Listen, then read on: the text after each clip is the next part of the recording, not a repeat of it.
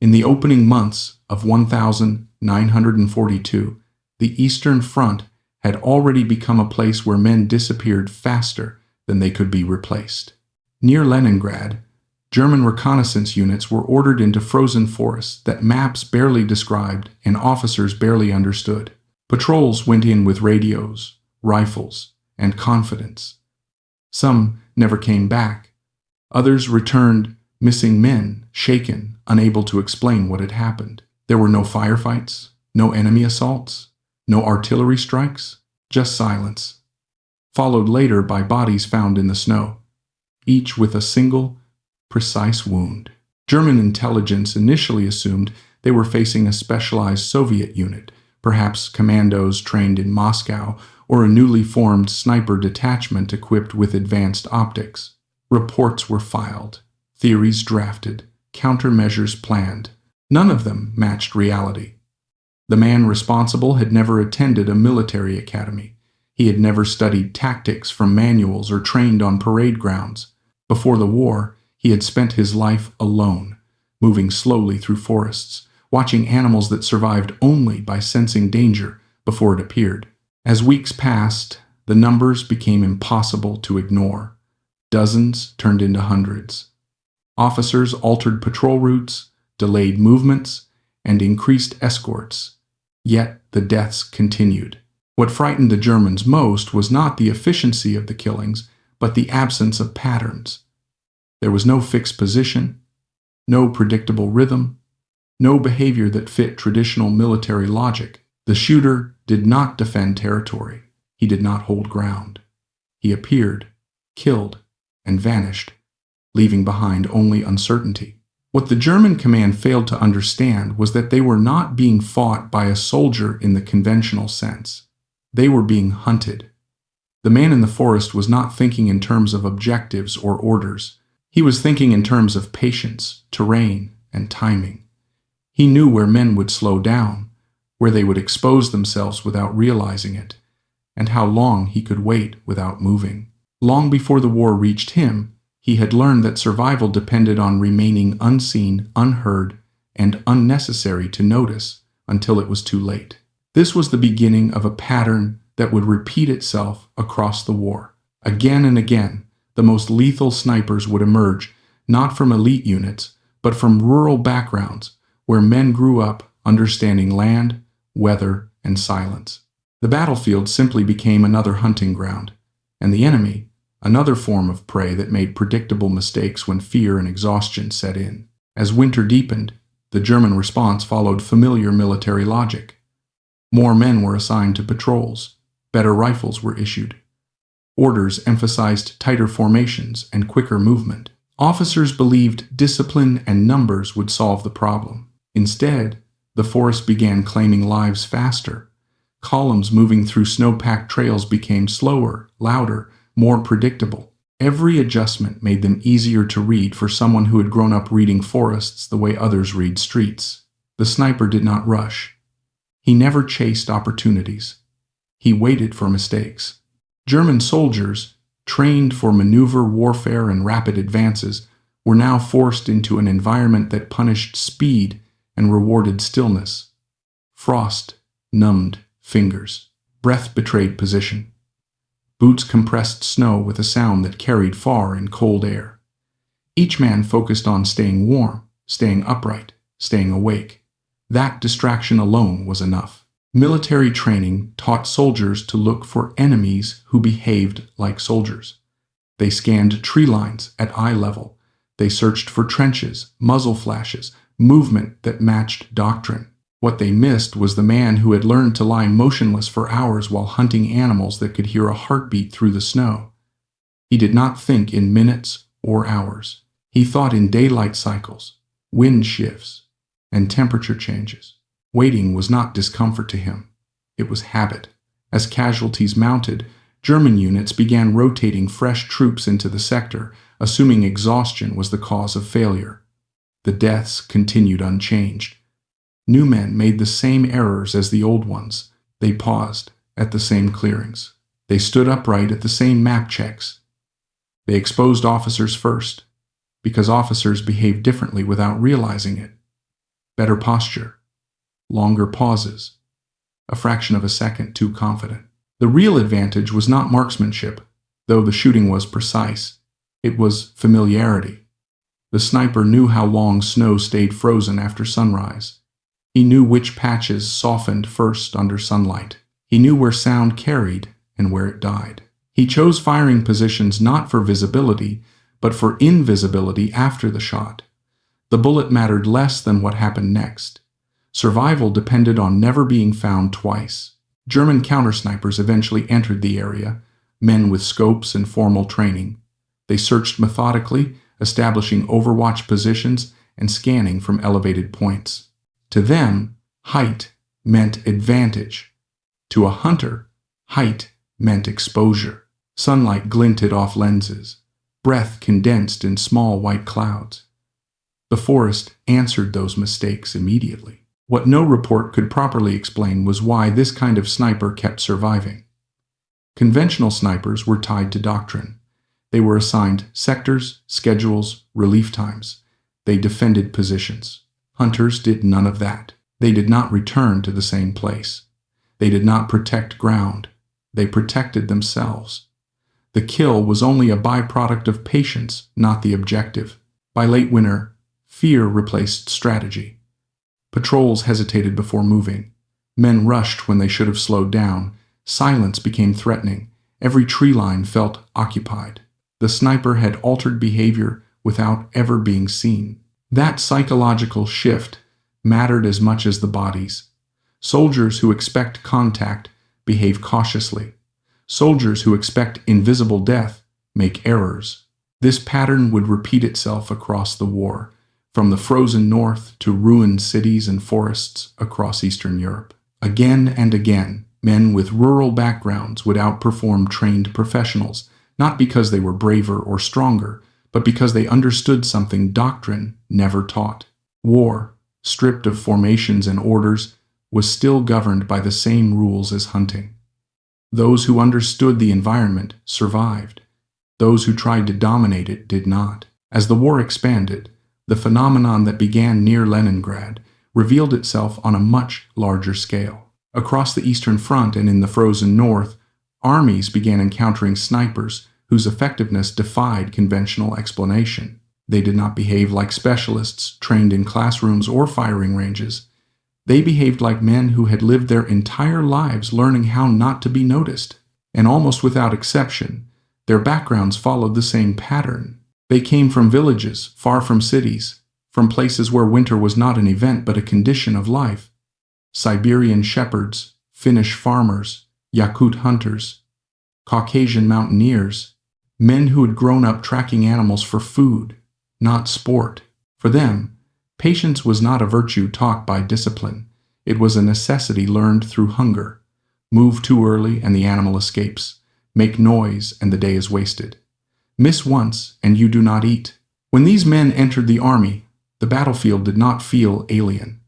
The uniforms changed, the targets changed, but the fundamentals remained the same. Terrain still dictated movement. Weather still decided who suffered first. Fear still caused predictable behavior. Soldiers under stress paused, rushed, clustered, and exposed themselves in the same ways wounded animals did. Hunters recognized those patterns instantly. Military snipers were taught tactics. Rural snipers relied on instinct, sharpened by repetition. They did not measure success by how many shots they fired, but by how few were needed. Many of them rejected equipment considered essential by doctrine. Telescopic sights reflected light. Complex mechanisms failed in cold or mud. Simpler tools were quieter, more reliable, and familiar. What mattered was not technology, but control. The difference became most visible in survival rates. Sniping was one of the deadliest roles in the war. 3 out of 4 trained snipers were killed, wounded, or captured. Yet the deadliest among them survived at far higher rates. They did not survive because they were luckier. They survived because they treated the battlefield as temporary and hostile, never something to be held or defended. They did not wait for orders to move. They moved when it felt wrong to stay. One Soviet sniper later explained that the moment after a kill was more dangerous than the shot itself. Military doctrine focused on firing solutions.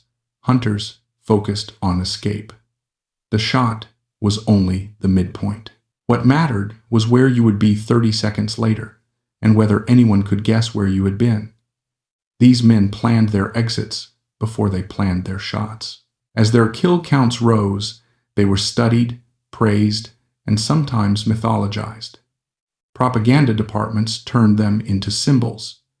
But propaganda misunderstood them. It framed their success as heroism or patriotism. In reality, their effectiveness came from detachment.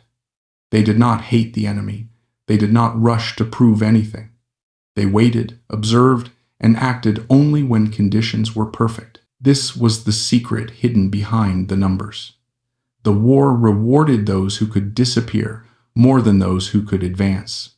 The men who survived longest were not the ones who mastered doctrine, but the ones who understood that survival came first. Killing was secondary. And in a war where most snipers died young, that distinction made all the difference. By the time High Command began to notice the pattern, it was already too late to reverse it. Reports from multiple fronts showed the same uncomfortable truth. The most lethal snipers were not the ones produced by formal training programs, and they were not behaving the way doctrine expected. They operated alone more often, ignored prescribed firing positions, and abandoned areas without orders. To officers trained to think in terms of control and coordination, this looked like undisciplined behavior. In reality, it was the reason they stayed alive. Armies tried to systematize what could not be easily systematized. Sniper schools expanded, manuals were rewritten, thousands of soldiers were trained to shoot accurately at long range. But accuracy was never the rare skill. Survival was. Many newly trained snipers learned how to hit a target. Few learned how to leave without being tracked. Fewer still learned when not to shoot at all. The rural snipers understood that every action left a trace. Footprints, disturbed snow, broken vegetation, spent casings, even patterns of silence. They minimized all of it. They approached positions indirectly. They waited longer than seemed reasonable. They accepted entire days without firing a shot because the conditions were wrong. To a command structure counting kills, this looked inefficient. To a hunter, it was normal. One mistake separated professionals from predators. Military snipers often remained in an area until ordered to move or relieved. Hunters moved when the environment changed, not when time passed. A shift in wind. A change in light.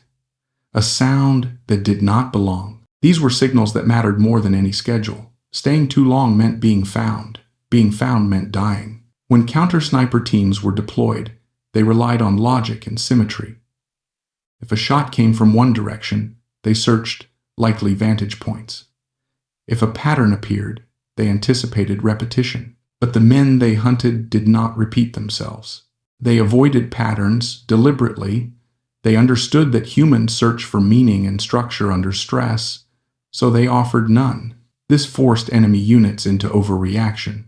Artillery was called in on entire sectors. Forests were saturated with fire. Buildings were leveled without confirmation of targets. These measures destroyed terrain but rarely eliminated the sniper. A hunter did not cling to a place. He abandoned it long before it became dangerous. Heavy fire, meant to solve the problem, often confirmed his success. It meant fear had reached command level. The psychological effect extended beyond casualties. Soldiers began to behave differently even when no sniper was present. Movements slowed. Reconnaissance hesitated.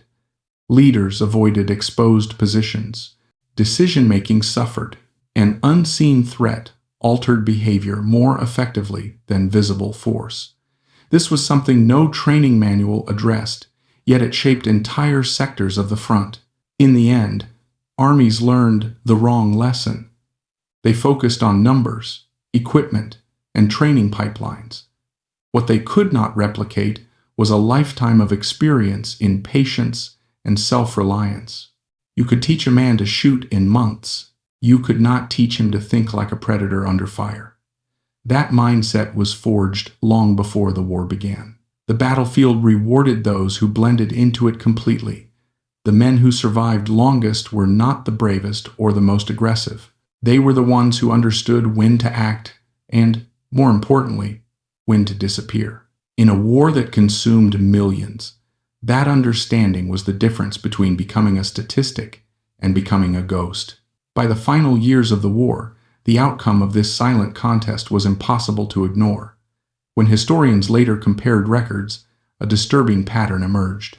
Snipers, trained through formal military pipelines, died at staggering rates. Many never survived long enough to accumulate significant kill counts. Yet the men who became legends, the ones whose numbers reached into the hundreds, often lived through the war and returned home quietly, carrying wounds but not graves. The explanation was never found in rifles or scopes, it was found in restraint. These men did not measure success by how many enemies they killed in a day, but by whether they were still alive the next morning. Their mindset treated every shot as a risk, not an achievement.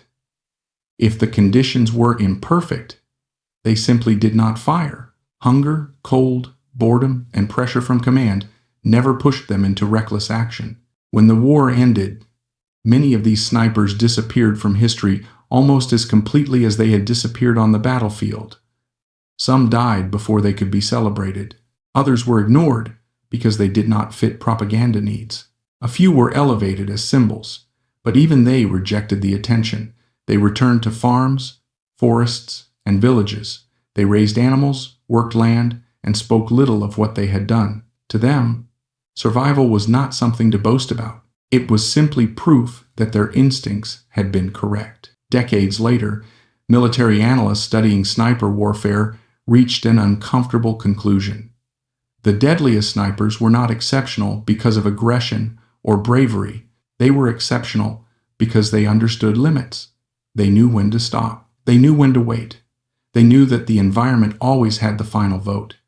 Doctrine could be rewritten, equipment could be upgraded, but no system could fully replace a lifetime of learning how not to be seen. The hook that began with vanished patrols and unexplained deaths leads to a simple truth. War did not turn these men into predators. They entered the war already thinking that way. The battlefield merely rewarded what they already knew. While others tried to impose control through firepower and movement, they allowed the environment to do the work for them. That was the secret that kept them alive while others died. Not superior training, not better technology, but an understanding that survival comes from patience, restraint, and invisibility. In a war defined by noise and destruction, the deadliest men were the ones who knew how to wait in silence, trust the land, and let their enemy make the final mistake.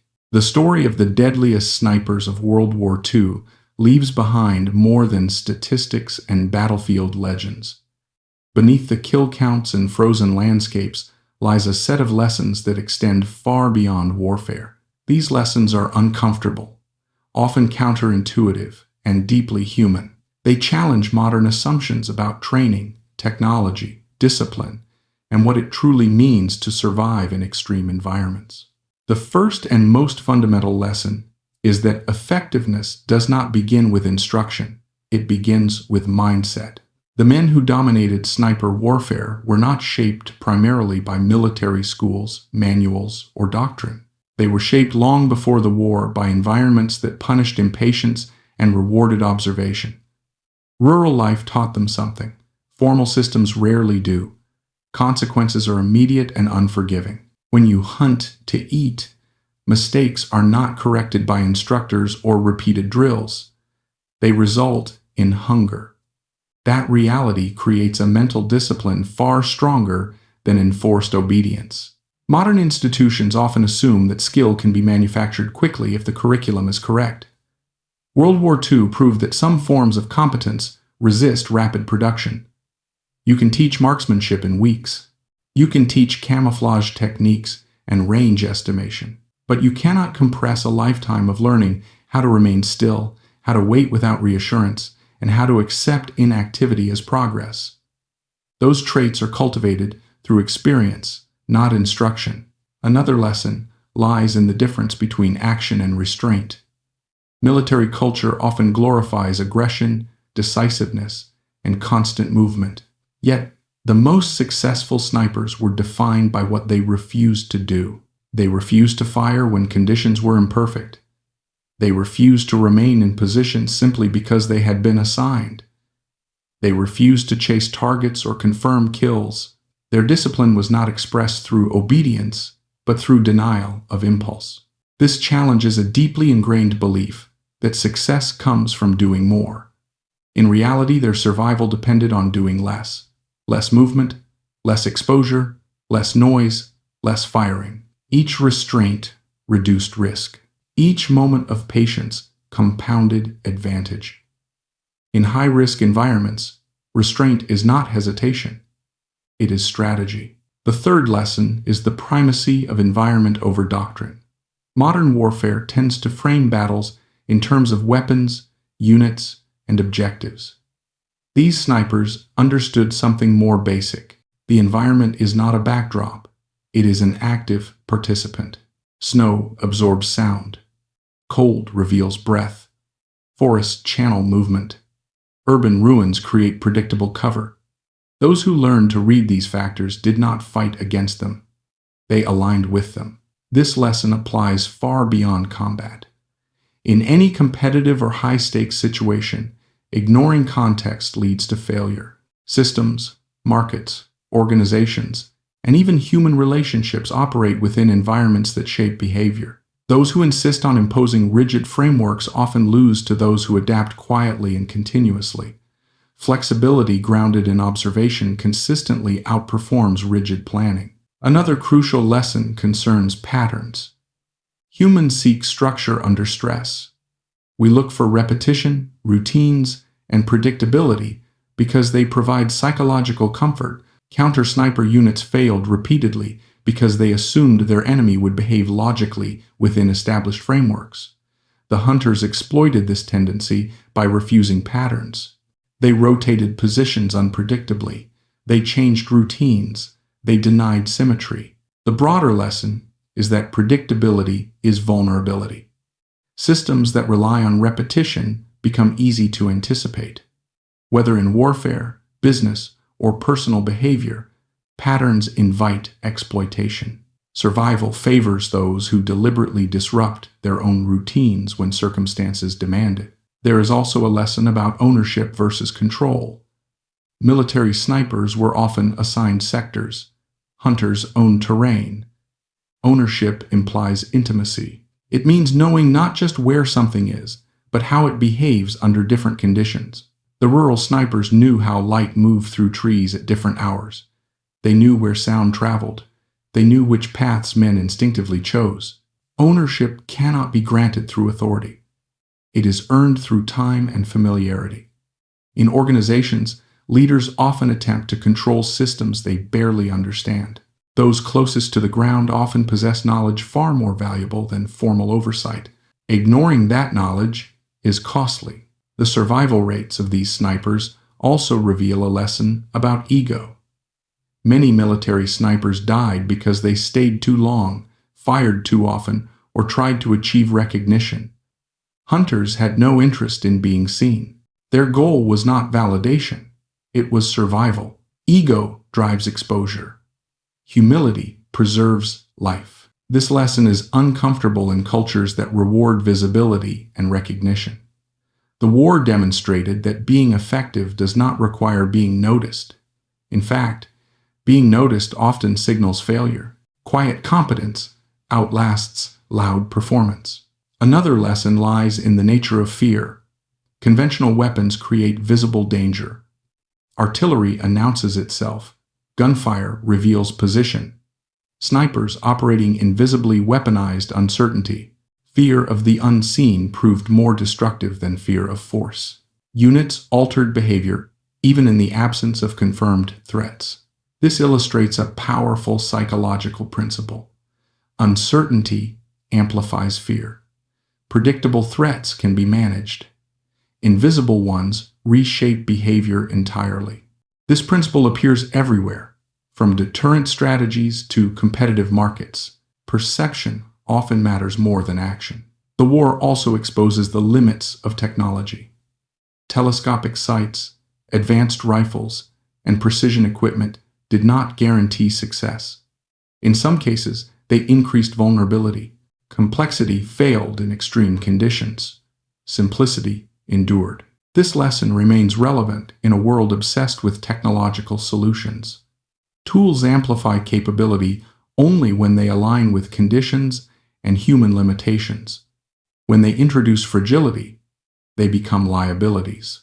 Robust systems prioritize reliability over sophistication. Another critical lesson concerns learning and feedback. Hunters learned directly from outcomes.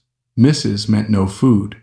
Noise meant failure. Military systems often buffered feedback through hierarchy and delayed reporting. This created a disconnect between action and consequence. Organizations that separate decision makers from consequences tend to repeat errors.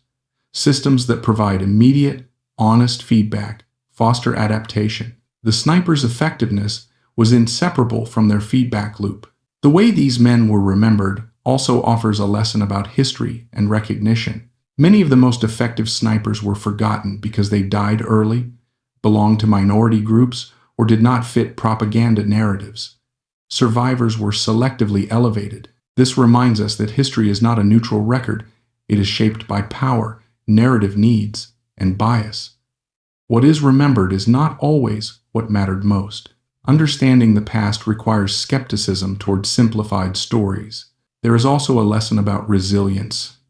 These men operated in conditions that broke others, physically and mentally. Cold, isolation, hunger, and constant danger did not overwhelm them because they had already endured hardship before the war. Comfort does not prepare people for crisis. Exposure does. This does not mean suffering should be glorified.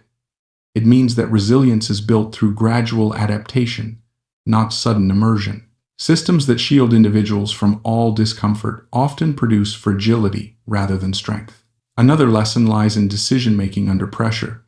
Hunters learned to trust judgment developed over time, rather than rigid rules. They adapted moment to moment. Military snipers constrained by doctrine often hesitated or acted at the wrong time. Effective decision-making balances structure with intuition. Too much structure paralyzes. Too much intuition without grounding becomes reckless. The sniper's success came from instincts refined through repetition, not guesswork. The final, and perhaps most profound lesson, is about survival itself. The war revealed that survival is not heroic. It is not cinematic. It is quiet, often lonely, and frequently misunderstood. Those who survived did not see themselves as exceptional. They saw themselves as careful. In a culture that celebrates boldness, this lesson is deeply countercultural. Yet history consistently rewards those who prioritize longevity over spectacle. Whether in war, careers, or life, survival enables all future success. The hook that began with disappearing patrols ends with the truth that applies far beyond the battlefield. Mastery is not loud. Advantage does not always announce itself. And the most dangerous people in any system are often the ones who refuse to be seen. World War II's deadliest snipers were not anomalies. They were case studies in how humans interact with environment, risk, and patience. Their legacy is not found in numbers alone, but in the principles they demonstrated under the harshest conditions imaginable. They remind us that the deepest skills are often learned far from institutions, that restraint can be more powerful than force, and that survival belongs to those who understand when not to act. In the end, the war did not make them predators. It merely revealed what they already were. The story of the deadliest snipers of World War II is not merely a collection of extraordinary kill counts or dramatic wartime anecdotes.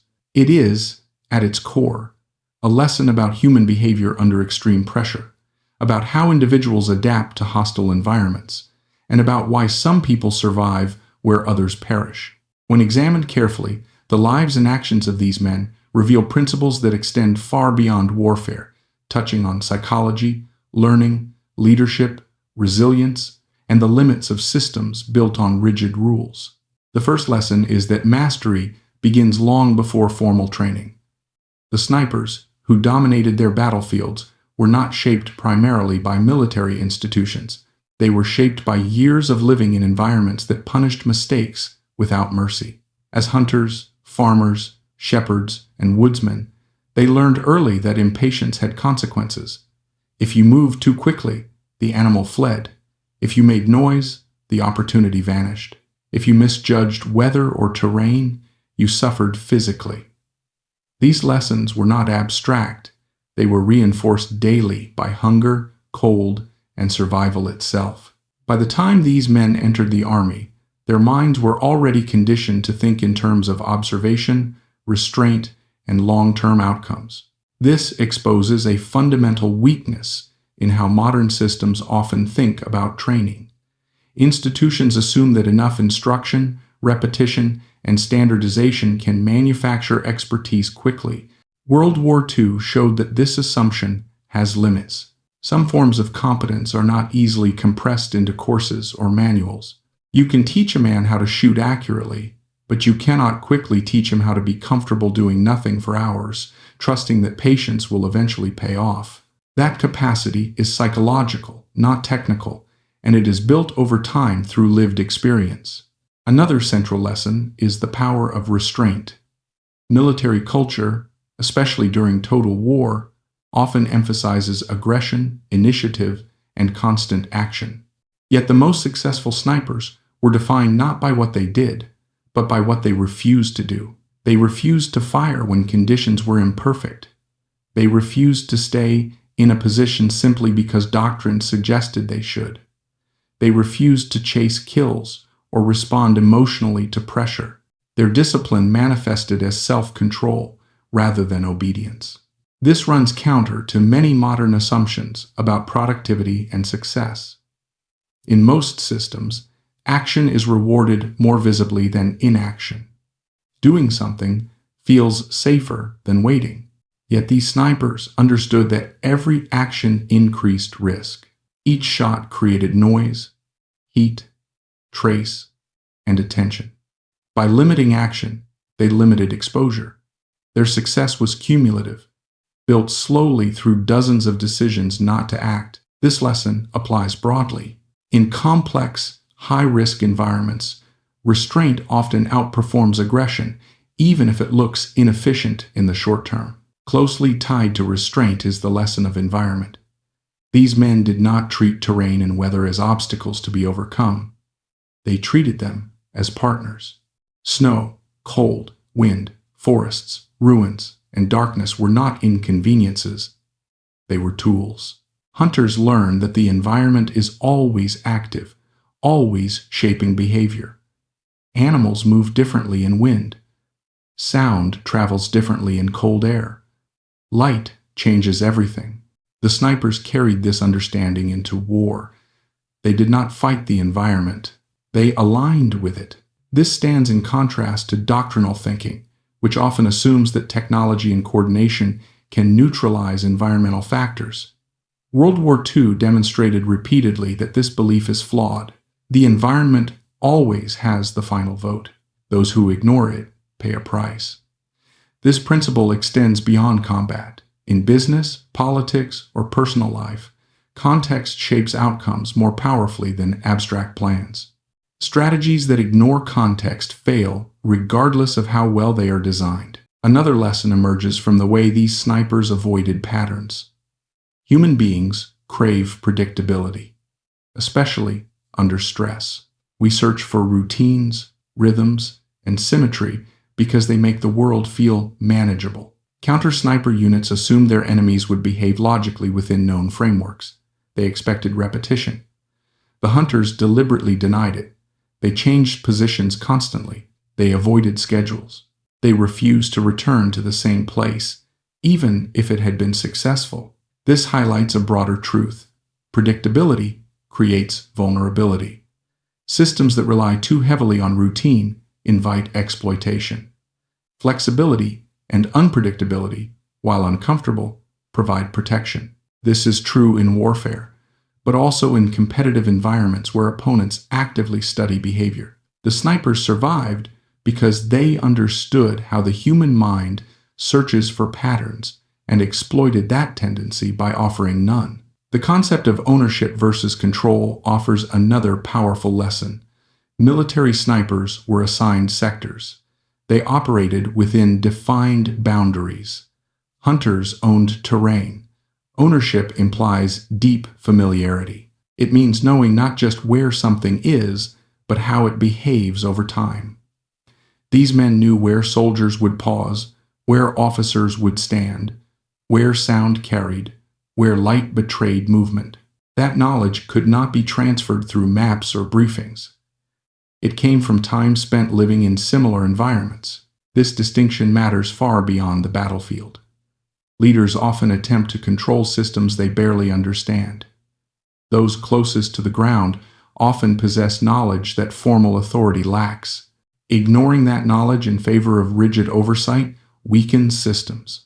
The war showed that localized understanding often outperforms centralized control. Survival rates among these snipers also reveal a lesson about ego.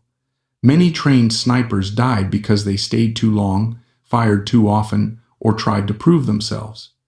The hunters had no interest in recognition. Their goal was invisibility. Ego pushes people toward exposure.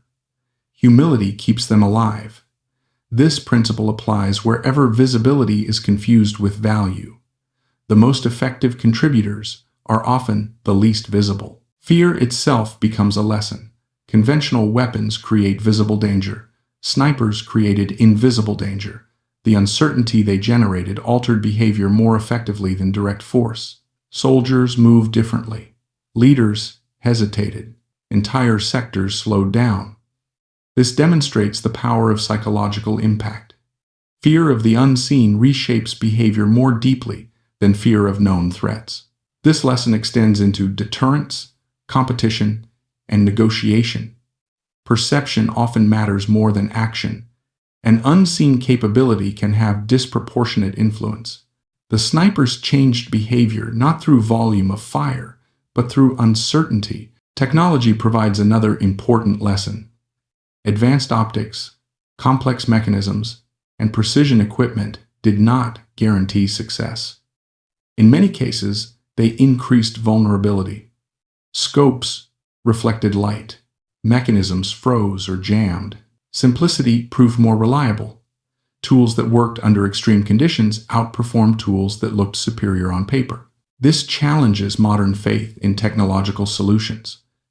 Tools are only as good as their alignment with environment and human limitations. When technology adds fragility, it becomes a liability. Robustness often matters more than sophistication. Learning and feedback form another lesson. Hunters learn directly from outcomes. Military systems often buffer feedback through hierarchy and delay. This disconnect allows mistakes to persist. The sniper's effectiveness came from immediate feedback loops. Mistakes were felt instantly. That sharpened judgment. Organizations that separate decision makers from consequences tend to repeat errors. Systems that provide fast, honest feedback adapt more effectively. The war made this painfully clear. The way these men were remembered reveals lessons about history and narrative. Many of the most effective snipers were forgotten because they died early, belonged to minority groups, or did not fit propaganda needs. Survivors were selectively elevated. History is shaped by power and narrative, not just facts. Understanding the past requires skepticism toward simplified stories. Resilience is another central lesson. These men endured conditions that broke others because hardship was not new to them. Comfort does not prepare people for crisis. Gradual exposure does. This does not glorify suffering, but it does recognize that resilience is built through experience, not theory. Decision-making under pressure also emerges as a theme. Hunters trusted instincts refined over time rather than rigid rules. Military snipers constrained by doctrine often hesitated or acted at the wrong time. Effective judgment balances structure with intuition. Too much structure paralyzes. Too little invites chaos. The final lesson is about survival itself. Survival is not heroic or dramatic. It is quiet, lonely, and often misunderstood. Those who survived did not see themselves as exceptional. They saw themselves as careful. In cultures that celebrate boldness, this lesson is uncomfortable, yet survival enables all future success. The story that began with disappearing patrols ends with a universal truth. Mastery is rarely loud. Advantage does not announce itself. And the most dangerous individuals in any system are often the ones who refuse to be seen. The deadliest snipers of World War II were not anomalies. They were case studies in patience, adaptation, and humility under extreme conditions. Their lessons remain relevant wherever humans face uncertainty, competition, and risk. They remind us that some skills cannot be rushed, that restraint can be more powerful than action, and that survival often belongs to those who understand when not to move. In the end, war did not turn these men into predators. It simply revealed what they already were. The story of the deadliest snipers of World War II offers a long, quiet lesson that goes far beyond rifles, battlefields, or kill counts. At its core, it is a study of human behavior under extreme pressure, of how some individuals adapt to hostile environments while others are consumed by them. These men did not survive because they were fearless, stronger, or more loyal than their peers. They survived because they understood something fundamental about patience, restraint, and the limits of control. The first lesson is that true mastery rarely begins with formal training. The snipers who dominated the forests, ruins, and frozen plains of the war were shaped long before they wore uniforms. As farmers, hunters, shepherds, and woodsmen, they grew up in environments where mistakes had immediate consequences. When you hunt to eat, there is no instructor to correct you, no second attempt guaranteed. Move too quickly and the animal escapes. Make noise and the day is lost. Misjudge weather or terrain and you suffer physically. Over time, this creates a mindset rooted in caution, observation, and long-term thinking. By the time these men entered the war, their instincts were already aligned with survival. This exposes a weakness in how large systems think about competence. Modern institutions often believe expertise can be produced quickly through standardized training. World War II showed that some forms of skill resist mass production. Marksmanship can be taught in weeks, but comfort with waiting, with silence, with uncertainty cannot. Those traits require time and experience. They are psychological muscles built slowly, often outside formal structures. Another major lesson is the power of restraint. Military culture frequently rewards action, decisiveness, and aggression. Yet the most successful snipers were defined by what they chose not to do. They did not fire simply because a target appeared. They did not remain in a position because doctrine assigned it. They did not pursue kills to satisfy expectations. Each action carried risk, and they treated risk as something to be minimized, not embraced. Their discipline expressed itself as self-control rather than obedience. This challenges a deep assumption in many areas of life, that doing more leads to success. In reality, these snipers survived because they did less. Less movement, less noise, fewer shots. Each restraint reduced exposure. Their effectiveness was cumulative, built over time through patience. In high-risk environments, restraint is not weakness, it is strategy. Closely connected is the lesson of environment. These men did not see terrain and weather as obstacles, they saw them as active forces. Snow muffled sound but revealed footprints. Cold froze weapons but also punished careless movement. Forests hid motion but carried noise. Urban ruins created cover and traps at the same time. Hunters understand that environment shapes behavior. On the battlefield, soldiers under stress behave predictably, just like wounded animals. The snipers did not fight against these realities. They used them. This lesson applies far beyond war. In any complex system, context matters more than plans. Strategies that ignore environment, culture, or conditions fail regardless of how elegant they appear. Adaptation consistently outperforms rigid design. Another lesson emerges from how these snipers avoided patterns. Humans seek order under stress. We look for routines and symmetry because they provide psychological comfort. Counter-sniper units expected their enemy to repeat behavior, to return to successful positions, to operate within logic they understood. The hunters denied them this. They avoided routines deliberately. They changed positions, timing, and methods. They understood that predictability invites destruction. The broader lesson is simple but uncomfortable. Predictability is vulnerability. Whether in warfare, competition, or daily life, repeated behavior becomes exploitable. Flexibility and unpredictability, though unsettling, provide protection. The difference between ownership and control offers another insight. Military snipers were assigned sectors. They operated within boundaries defined by command. Hunters owned terrain.